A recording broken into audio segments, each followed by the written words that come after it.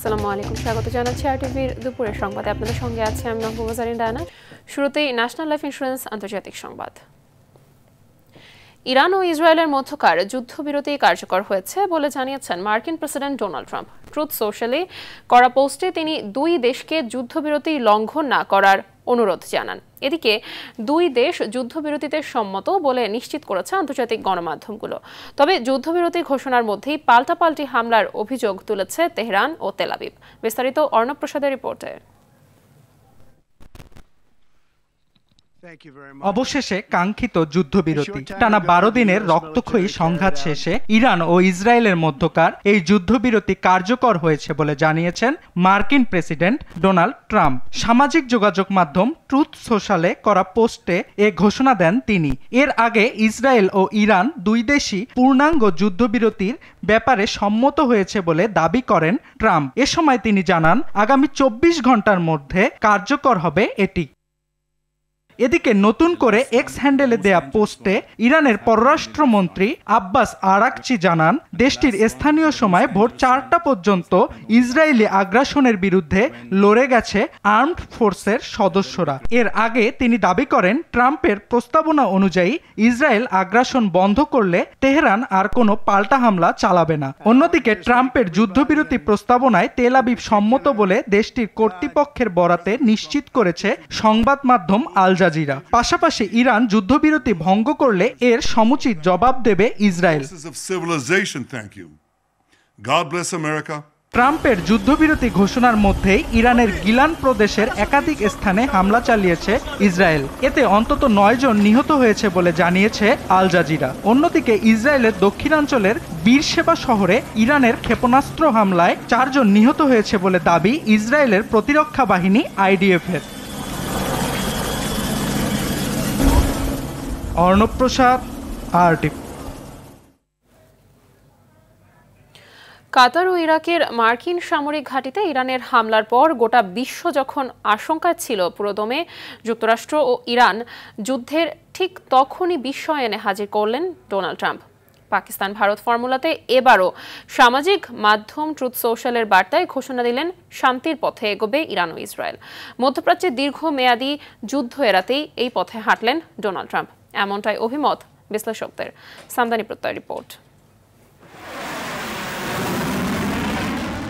ইরানের পারমাণবিক কেন্দ্রগুলোতে মার্কিন হামলার পর গোটা বিশ্ব তাকিয়েছিল কিভাবে তেহরান জবাব দেবে তার ওপর।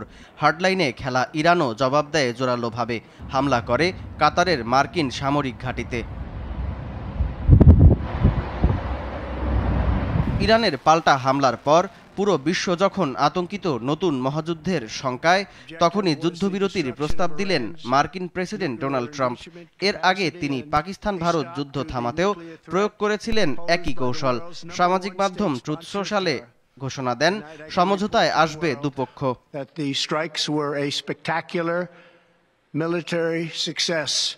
ট্রাম্পের ঘোষণার মধ্য দিয়ে শেষ হলো ইরান ইসরায়েলের 12 দিনের সংঘাত। তবে প্রশ্ন উঠেছে, কেন এত দ্রুত সমঝোতায় পৌঁছালো ইসরায়েল ও তার মার্কিন মিত্ররা? রয়টার্স এক প্রতিবেদনে জানায়, তেহরানে আকস্মিক হামলার পর ইরান এত দ্রুততার সঙ্গে জবাব দেবে তা কল্পনা করেনি তেল আবিব। তাদের অহংকারের আয়রন ডোম, ডেভিল সিলের মতো প্রতিরক্ষা ব্যবস্থাও ইরানি ক্ষেপণাস্ত্র আটকাতে ব্যর্থ হবে, এমনটা ধারণা ছিল না নেতানিয়াহু সরকারের। ক্ষয়ক্ষতি বাড়ছিল তেল আবিব, হাইফা সহ অন্যান্য শহরে। অন্যদিকে মধ্যপ্রাচ্যে বিভিন্ন ফ্রন্টে দীর্ঘমেয়াদী যুদ্ধে ক্লান্ত ইসরায়েলি সেনারা। একই সঙ্গে যুদ্ধ বন্ধে নিজ দেশের জনগণের চাপে কোণঠাসা হয়ে পড়েছিলেন নেতানিয়াহু। পাশাপাশি বাড়ছে অভ্যন্তরীণ বিরোধী দলগুলোর চাপ। এদিকে নেতানিয়াহুর স্ক্রিপ্টে ইরানের পারমাণবিক কেন্দ্রগুলোতে হামলা করে ঠিক সুবিধা করে উঠতে পারেনি যুক্তরাষ্ট্র। যুদ্ধবিমুখী ইমেজের ট্রাম্পকে সমালোচনা করতে শুরু করে খোদ তার সমর্থকরা। অন্যদিকে ইরানের ক্ষেপণাস্ত্রের নিশানায় থাকা মার্কিন ঘাঁটিগুলো হয়ে পড়ে অরক্ষিত।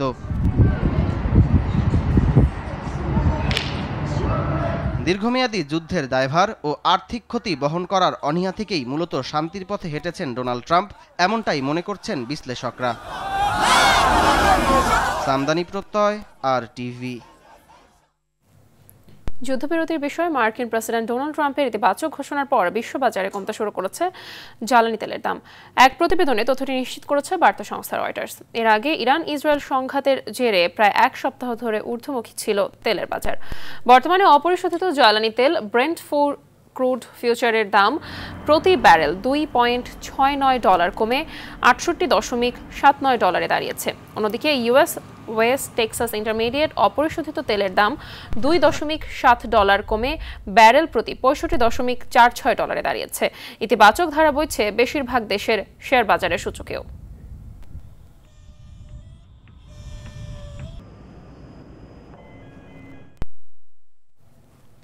ফিরছি দেশের খবরে। জুলাই আগস্ট গণঅভ্যুত্থানের সময় মানবতা বিরোধী অপরাধের মামলায় সাবেক প্রধানমন্ত্রী শেখ হাসিনা সাবেক স্বরাষ্ট্রমন্ত্রী আসাদুজ্জামান খান কামালের পক্ষে রাষ্ট্রীয় আইনজীবী নিয়োগ দিয়েছেন আন্তর্জাতিক অপরাধ ট্রাইব্যুনাল। তাদের বিরুদ্ধে অভিযোগ গঠনের শুনানি 1 জুলাই নির্ধারণ করা হয়েছে বলে জানান আন্তর্জাতিক অপরাধ ট্রাইব্যুনালের প্রসিকিউটর মিজানুল ইসলাম। এদিকে চিফ প্রসিকিউটরের বিশেষ পরামর্শক টবি ক্যাডম্যান বলেন, দক্ষতা ও অভিজ্ঞতার ভিত্তিতে স্টেট কাউন্সিল নিয়োগ দেওয়ার বিধান রয়েছে। এর আগে সকালে গণঅভ্যুত্থানের সময় আশুলিয়ায় হত্যার পর 6 জনের মরদেহ পোড়ানোর ঘটনায় 16 জনের সম্পৃক্ততা পেয়েছে জানিয়ে প্রসিকিউটর জানান, লাশ পোড়ানোর মামলায় তদন্ত প্রতিবেদন দাখিলের জন্য 2 জুলাই দিন ধার্য করা হয়েছে। সাবেক প্রধানমন্ত্রী শেখ হাসিনা, সাবেক স্বরাষ্ট্রমন্ত্রী আসাদুজ্জামান কামাল এবং সাবেক আইজিপি চৌধুরী আব্দুল্লাহ আল মামুন উনি আজকে উপস্থিত আছেন। বাকি 2 জন পলাতক আছেন। এই পলাতক 2 জনের জন্যই পেপার পাবলিকেশন হয়েছে। তাদেরকে হাজির হওয়ার জন্য বিজ্ঞপ্তি দেওয়া হয়েছিল, তারা হাজির হন নাই। এবং যেহেতু হাজির হন নাই, পলাতক আসামিদের বিষয়ে যে বিধান ইন্টারন্যাশনাল ক্রাইমস ট্রাইব্যুনাল অ্যাক্ট 1973 যে স্টেট ডিফেন্স নিয়োগ করা হয়, সেই স্টেট ডিফেন্স নিয়োগ ট্রাইব্যুনাল করবেন। Selected to be state counsel for any accused before this tribunal will have to meet certain criteria, will have to have sufficient experience and be in a position to properly and independently represent any accused before this tribunal. But that is a matter for the judges, is not a matter for the prosecution. গণঅভ্যুত্থানের 1 বছর হতে চললেও প্রস্তাবিত সংস্কারের সব কটিতে ঐকমত্যে পৌঁছাতে পারেনি ফ্যাসিবাদ বিরোধী রাজনৈতিক দলগুলো। তবে জাতীয় স্বার্থে যে বিষয়গুলোতে একমত হওয়া সম্ভব, জুলাই সনদের মাধ্যমে তা প্রকাশে কারো আপত্তি নেই। যুক্তিতর্ক উপস্থাপনের মাধ্যমে আসছে নির্বাচনে জনগণের আস্থা অর্জনে ঐকমত্যে ভূমিকা রাখতে চায় রাজনৈতিক দলগুলো। আরো জানাচ্ছেন জাহিদ রহমান। ছাত্র জনতার তীব্র আন্দোলনের পর 2024 সালের 5 আগস্ট আওয়ামী লীগ সরকারের পতন ঘটে।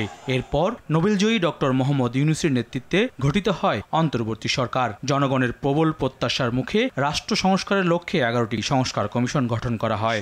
জাতি এবং রাষ্ট্রের স্বার্থে বেশিরভাগ বিষয়ে একমতে পৌঁছতে পারলেও সংবিধান সংস্কার সহ বেশ কিছু গুরুত্বপূর্ণ বিষয়ে রাজনৈতিক দলগুলোর দ্বিমত এখন স্পষ্ট। জুলাই সনদ প্রণয়ন করা হোক, যেখানে এই গণ অভ্যুত্থানের মূল লক্ষ্যসমূহ সুনির্দিষ্ট থাকবে এবং সেগুলো অর্জন করার জন্য পথ নির্দেশ করা থাকবে। এখন কেবল বড় বড় কথা বলে কোনো সংস্কার জনগণের উপরে চাপিয়ে দিলে এটা তো জনগণের কাছে গ্রহণযোগ্য হবে না এবং জনগণের নির্বাচিত সরকারের কাছে গ্রহণযোগ্য হবে না। অনেকগুলো বিষয় আছে যেগুলো বাস্তবতাই বিরোধ থাকতে পারে। সেই বিরোধগুলো এখন সারফেস হয়েছে, আগেও ছিল, কিন্তু আগে এটা সারফেসে আসেনি, এখন এটা সারফেসে আসবে। আমি একটু ভয় পাচ্ছি যে আলোচনার সময় খুব কম হয়ে যাচ্ছে। সময় নিয়ে আলোচনা করলে এটাও হয়তো নিষ্পত্তি হতে হতো। বাস্তবতার বাইরে গিয়ে সংস্কার চাপিয়ে দেওয়া যেমন যৌক্তিক নয়, ঠিক তেমনি জনগণের ম্যান্ডেট নিয়ে আগামীতে সংস্কার প্রক্রিয়া চালিয়ে যেতে চায় রাজনৈতিক দলগুলো। এনসিসি এরকম একটা বডিতে থাকতে হবে, নাহলে প্রধানমন্ত্রীকে ইচ্ছা মতো সব কনস্টিটিউশন বডির হেডকে করবেন দেখি, নিয়োগ দেবেন দেখি, তা তো পারেন না, হওয়া উচিত তাই। এইটাতেও একটা অ্যাডজাস্টমেন্টের ব্যাপার আলোচনার মধ্যে দিয়ে হয়তো আসবে। আর সবশেষে বলবো যে এইটা নিয়ে অত বেশি চিন্তিত নেই, কারণ প্রফেসর ইউনূস তো বলছিলেন যে যতদূর ঐক্যমত হবে ততদূর আমি করবো, যেটা হবে না সেটা পরের জন্য রেখে দেবো, তাই করতে হবে। জনগণও কনফিউজড, রাজনীতি যে আমরা যারা করি আমরাও কনফিউজড। অনেক অনাবশ্যক বিষয় নিয়ে সময় ক্ষেপণ করা হচ্ছে, যার কোনো প্রয়োজন নেই। দেশের প্রয়োজন একটা সুষ্ঠু নির্বাচন। সুষ্ঠু নির্বাচনের মাধ্যমে যারা নির্বাচিত হয়ে আসবে তারা জানে কিভাবে দেশ চালাতে হবে, তাদেরকে এত সবক দেওয়ারও কোনো কিছু নেই। শেষ মুহূর্তে জাতীয় ঐক্যমত্য কমিশনের অনুরোধে অমীমাংসিত বিষয়গুলোতে রাজনৈতিক দলগুলো কতটা ছাড় দেয় সেটি এখন দেখার বিষয়। মত বিনিময় করে আমরা একটা ঐক্যমত্যে পৌঁছতে পারবো বলে আশা করি। জাহিদ রহমান, RTV, ঢাকা। বাংলাদেশে একটি অবাধ ও সুষ্ঠু নির্বাচন দেখতে চায় চীন। দেশটি বাংলাদেশে নতুন সরকারের সাথে কাজ করতে অধীর আগ্রহে অপেক্ষা করছে বলে জানিয়েছে বিএনপি। বাংলাদেশের কৃষি, শিল্প, গার্মেন্টস, স্বাস্থ্য, অবকাঠামো উন্নয়নে চীনের সহায়তা অব্যাহত থাকবে বলে জানিয়েছে চীন। বাণিজ্য অসমতা দূর করতে প্রয়োজনীয় পদক্ষেপ নেওয়া সহ আধুনিক প্রযুক্তি, কর্মদক্ষতা বৃদ্ধির বিষয়ে সহায়তা প্রদানের আহ্বান জানিয়েছেন বিএনপি প্রতিনিধি দলের প্রধান বিএনপি মহাসচিব মির্জা ফখরুল ইসলাম আলমগীর। সকালে চীনে দুই দেশের প্রতিনিধিদের সাথে সৌহার্দ্যপূর্ণ আলোচনা হয়েছে বলে বিএনপির পক্ষ থেকে জানানো হয়। চীনের কমিউনিস্ট পার্টির আমন্ত্রণে চীনে অবস্থান করছে বিএনপির উচ্চ পর্যায়ের প্রতিনিধি দল।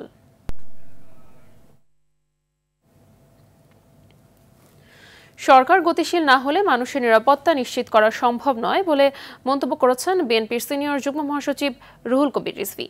মঙ্গলবার জিয়াউর রহমানের সমাধিতে শ্রদ্ধা নিবেদন শেষে কথা বলেন তিনি। এ সময় মব জাস্টিস প্রসঙ্গে বলেন, বাংলাদেশে যারা বিতর্কিত নির্বাচনের দায়িত্বে ছিলেন তাদের অবশ্যই বিচার হতে হবে, তবে সেটি মব কিংবা হেনস্থার মাধ্যমে নয়। আইন অনুযায়ী রাতের ভোট ও ডামি নির্বাচনের সাথে যুক্তদের বিচার করতে হবে। এ সময় পুলিশের সামনে কিভাবে মব হয় সে বিষয়টি খতিয়ে দেখার আহ্বান জানান অন্তর্বর্তী সরকারের প্রতি। যারা বিরোধী দলের নিরাপত্তার সাথে আপনার বিচারালয়ে আদালতে হাজির হবে, কিন্তু বিচারের আদালতের প্রাঙ্গণে কাউকে ডিম ছুঁড়ে মারা হবে, কাউকে জুতা নিক্ষেপ করা হবে এবং বাড়িতে লোকজন গিয়ে তাকে টেনে হিচড়ে বের করবে, এইটা বিএনপি কখনোই পছন্দ করে না এবং বিএনপি এই ধরনের ঘৃণ্য কাজের পরিপন্থী। জাতীয় নাগরিক পার্টির সদস্য সচিব আক্তার হোসেনকে উদ্দেশ্য করে ককটেল নিক্ষেপের প্রতিবাদে ঝটিকা মিছিল ও বিক্ষোভ করেছে দলটি। মধ্যরাতে রাজধানীর বাংলা মোটর কেন্দ্রীয় কার্যালয় থেকে মিছিলটি বের হয়ে শাহবাগে গিয়ে শেষ হয়। এ সময় দলটির নেতারা বলেন, সোমবার রাত 10:30টার দিকে এই ককটেল বিস্ফোরণের ঘটনা ঘটে। এ সময় এনসিপির 4 নেতা আহত হয়েছেন বলে জানান তারা। এনসিপির সদস্য সচিব বলেন, হামলা করে বিচার ও সংস্কার কাজ থামানো যাবে না। যারা নিষিদ্ধ হওয়ার পরেও ঝটিকা মিছিল করছে তাদের কঠোর হস্তে দমনের জন্য আইনশৃঙ্খলা বাহিনীর প্রতি আহ্বান জানান। হামলায় জড়িতদের 24 ঘন্টার মধ্যে গ্রেফতারের দাবিও জানায় দলটির নেতারা। এ ঘটনায় রাতে রমনা মডেল থানায় অভিযোগ দায়ের করে এনসিপি।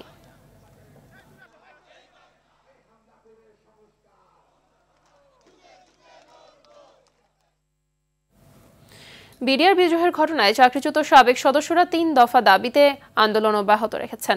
রাজধানীর শাহবাগে জাতীয় জাদুঘরের সামনে অবস্থান কর্মসূচি পালন করছে তারা। দুপুরের মধ্যে দাবি আদায় না হলে প্রধান উপদেষ্টার বাসভবন যমুনা ঘেরাওয়ের হুঁশিয়ারি দিয়েছেন আন্দোলনকারীরা। রাজধানীর শাহবাগ থেকে সরাসরি যুক্ত হচ্ছেন সহকর্মী নাজমুল হুদা।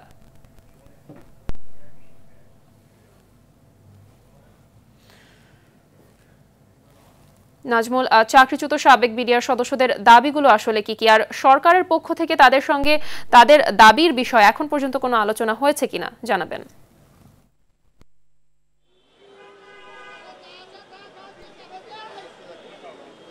মাহবুবা, 3 দফা দাবি আদায়ে আজকেও বিডিআর সদস্যরা তারা রাজধানীর শাহবাগে তার অবস্থান কর্মসূচি করছেন এবং আজকে তাদের ষষ্ঠ মন্ত্রণালয় উপদেষ্টার সঙ্গে সাক্ষাৎ করার কথা ছিল, কিন্তু আমাদেরকে এখানকার যারা বিডিআর সদস্য রয়েছেন তারা আমাদেরকে জানিয়েছেন যে গত 3 দিন ধরেই ষষ্ঠ উপদেষ্টার সঙ্গে বারবার সাক্ষাৎ করার কথা হলো, সাক্ষাৎ হয়নি এবং আজকেও তাদের সঙ্গে সাক্ষাৎ হয়নি। তারা কিন্তু আজকে একটা আলটিমেটাম দিয়েছিল যে যমুনা অভিমুখে যাওয়ার আলটিমেটাম দিয়েছিল, যদি ষষ্ঠ উপদেষ্টা তাদের সাথে সাক্ষাৎ করা না হয়, তারপরে দাবি আদায় করা না হলে তারপরে অবশ্য ষষ্ঠ উপদেষ্টার পক্ষ থেকে সাক্ষাতের জন্য ডাকা হয়েছে, এমনটি দাবি করেছেন বিডিআর সদস্যরা। তবে সবশেষ তাদের সঙ্গে সাক্ষাৎ করা হয়নি। এ কারণে তারা এখন আবারও যমুনা অভিমুখে যাওয়ার এক ধরনের ইঙ্গিত দিয়েছেন আমাদেরকে, তবে এখনও তারা সেই সিদ্ধান্ত নেননি। তারা নিজেদের মধ্যে আলোচনা করছেন এবং খুব শীঘ্রই তাদের সিদ্ধান্তের কথা জানাবেন। আমাদের সঙ্গে এই মুহূর্তে একজন বিডিআর সদস্য রয়েছেন, আমরা তাকে একটু কানেক্ট করতে চাই। আজকে তো আপনাদের সঙ্গে ষষ্ঠ উপদেষ্টার আলাপ করার কথা ছিল, হয়েছে কিনা বা কি হয়েছে? আচ্ছা, ধন্যবাদ প্রিয় মিডিয়া। আসলে আমরা গত 22 জুন থেকে আমাদের যে দাবি, আমাদের বিডিআর ভাইদের যে দাবিগুলো ছিল, দাবি নিয়ে 22 তারিখও আমাদের সাথে বৈঠক করেছে এক দফায়।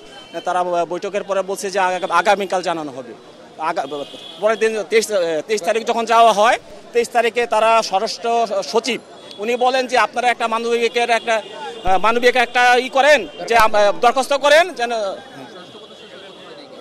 উনি সাক্ষাৎ করেন আমাদের সাথে। আচ্ছা, মাহবুবা, শুনছিলেন যে ষষ্ঠ উপদেষ্টা তাদের সঙ্গে সাক্ষাৎ করেনি, তো তাদের যে 3 দফা দাবি, চাকরিতে পুনর্বহাল এবং জেল মুক্তির দাবিতে তারা তাদের এই আন্দোলন চালিয়ে যেতে চান। এই ছিল শাহবাগ থেকে। মাহবুবা, ধন্যবাদ আপনাকে।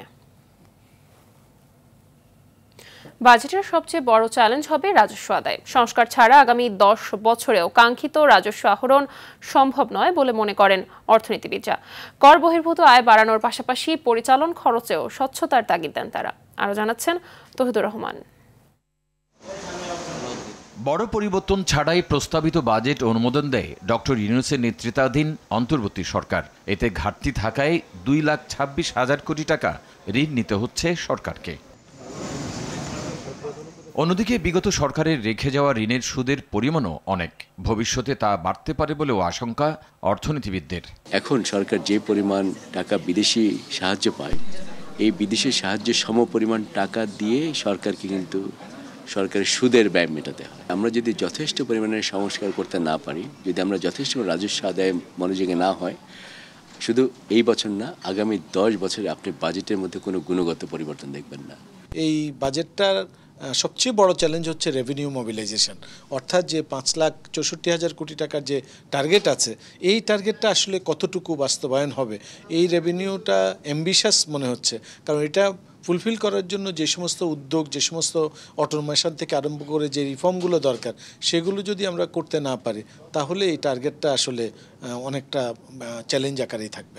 অর্থনীতির চাকা সচল রাখতে খাতভিত্তিক পরিকল্পনা বাস্তবায়নে সমন্বয় দরকার, পাশাপাশি কর্মসংস্থান বাড়ানো এবং রপ্তানি বৈচিত্র্য আনারও তাগিদ দেন অর্থনীতিবিদরা। আমরা জানি হয়তো কয়েক মাস পরে এই গভর্নমেন্ট থাকবে না, কিন্তু এই গভর্নমেন্টের যেই উদ্যোগগুলো নেওয়া হয়েছে, এই উদ্যোগগুলোকে কিভাবে সামনে বাস্তবায়ন করা যায়, সেটা যদি একটা ধারাবাহিকতা থাকে, তাহলেই আপনার এই বাজেটের সাকসেসটা ডিপেন্ড করবে। সংস্কার কর্মসূচি অব্যাহত রাখারও তাগিদ দেন তারা। তৌহিদুর রহমান, RTV, ঢাকা। দর্শকের পর্যায়ে নিয়ে নিচ্ছি হাইসেন্স সংবাদ বিরতি, ফিরে আরও থাকছে।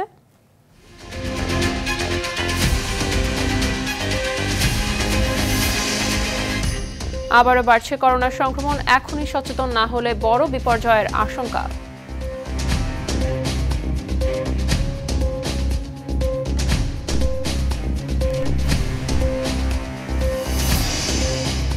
এবং কলম্বোতে দ্বিতীয় টেস্টে কাল শ্রীলঙ্কার বিপক্ষে মাঠে নামছে বাংলাদেশ। একাদশে আসতে পারে একাধিক পরিবর্তন।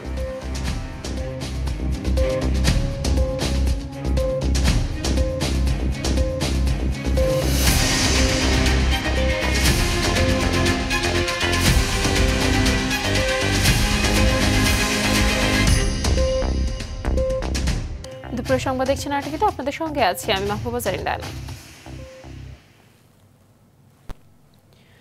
সিজনাল ফ্লুর কারণে করোনা, ডেঙ্গুতে মৃত্যুর হার বেড়ে যাচ্ছে। এজন্য ব্যক্তিগত স্বাস্থ্যবিধি মেনে চলার কোনো বিকল্প নেই বলে জানিয়েছেন বাংলাদেশ মেডিকেলের vice chancellor professor doctor Mohammad Abul Kalam Azad.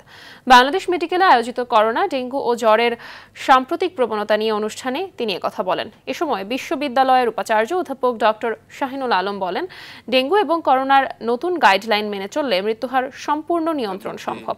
তবে উচ্চ ঝুঁকি সম্পন্ন ব্যক্তিদের জনসমাগম এড়িয়ে চলা, মাস্ক পরিধান করা, হাঁচি কাশি হলে রুমাল ব্যবহার সহ বেশি বেশি পানি পানের পরামর্শ দেন বিশ্ববিদ্যালয়ের সহযোগী অধ্যাপক ডাক্তার ফজলে রাব্বি চৌধুরী।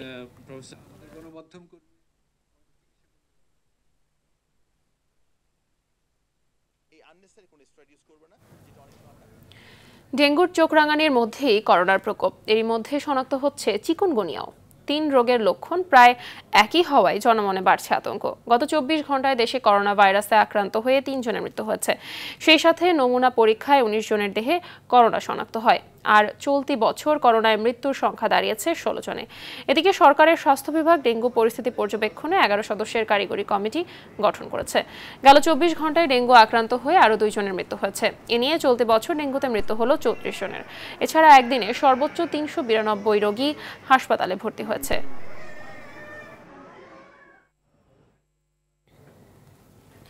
লালমনিরহাটের বাউরা সীমান্ত দিয়ে আবারও 7 জনকে পুশিং করেছে ভারতীয় সীমান্তরক্ষী বাহিনী। পরে স্থানীয়রা তাদের আটক করেন। বিজিবি জানায়, বাংলাদেশ ভারত সীমান্তের বাউরা হোসনাবাদ সীমান্তের বিপরীতে ভারতীয় 157 বিএসএফ এর মহেশমারি ক্যাম্পের সদস্যরা 7 জনকে পুশিং করেন। তাদের মধ্যে 2 জন পুরুষ, 2 জন নারী ও 3 শিশু রয়েছে। স্থানীয়রা তাদের আটক করে বিজিবিকে খবর দেন। খবর পেয়ে বাউরা নবীনগর ক্যাম্পের সদস্যরা তাদের আটক করে।